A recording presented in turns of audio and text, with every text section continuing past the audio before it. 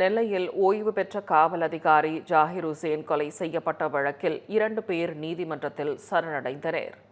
நெல்லை தடிவீரன் கோவில் தெருவை சேர்ந்த ஓய்வு பெற்ற காவல் அதிகாரி ஜாகிர் ஹுசேன் அப்பகுதியில் உள்ள மசூதியில் முத்தவல்லியாக உள்ளார்.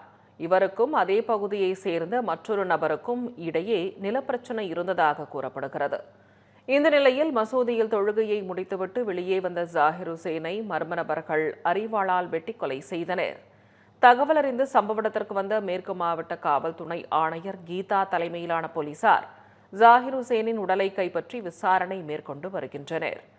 இந்த நிலையில் கடந்த சில நாட்களுக்கு முன்பு தன் உயிருக்கு அச்சுறுத்தல் இருப்பதாக கூறி காவல் நிலையத்தில் புகார் அளித்ததாகவும், ஆனால் நடவடிக்கை எடுக்கப்படவில்லை எனவும் கூறி ஜாகிர் ஹுசேன் பதிவு செய்துள்ள வீடியோ வெளியாகி அதிர்ச்சியை ஏற்படுத்தியுள்ளது.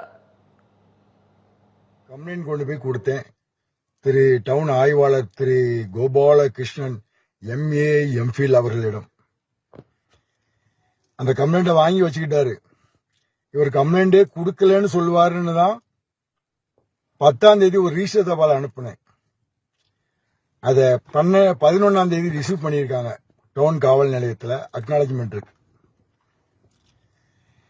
அந்த கம்ப்ளைண்ட் நான் 14/2/25 தான் கம்ப்ளைண்ட் 1:30 மணிக்கு கம்ப்ளைண்ட் கொடுத்ததாகவும் 24ஆம் தேதி எனக்கு நேற்று நான் ரிசீவ் பண்ணி வாங்கினாமாவும் எனக்கு CSR காப்பி கொடுத்துருக்காங்க. பக்கத்தில் போட்டுக்க அந்த டேட்டு டைம் எல்லாம் பாருங்க. இதுல எனக்கு என்ன நியாயம் கிடைக்கும்னு நினைக்கிறீங்க?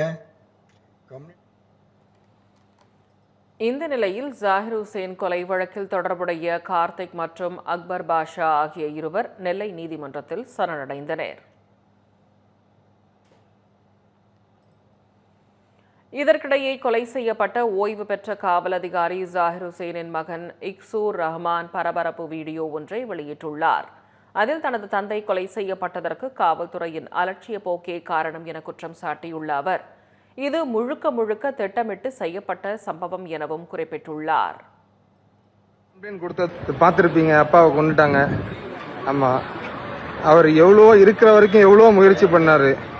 இது வந்துட்டு முழுக்க முழுக்க போலீஸோட கவனக்குறையால மட்டும் தான் நடந்திருக்கு. இது வந்துட்டு நம்ம சும்மா எடுத்த உடனே சொல்லல போலீஸோட இது அப்படின்னு. அந்த நடந்த அந்த 9ஆம் தேதியிலிருந்து அன்னையிலிருந்து அன்னைக்கு கம்ப்ளைண்ட் கொடுத்துருக்கோம். முதல்ல கம்ப்ளைண்ட் கொடுத்தது எங்க அப்பா, ஆனா PCR கேஸ் போட்டது எங்க அப்பா மேல. அவன் வந்து ஒரு முஸ்லீம் கன்வெர்ட், ஒரு நான் முஸ்லீம் வந்து ஒரு முஸ்லீம் கன்வெர்ட் ஆனவன் PCR கேஸ் கொடுத்திருக்கான். அந்த கேஸ் எடுத்திருக்கிறாங்க.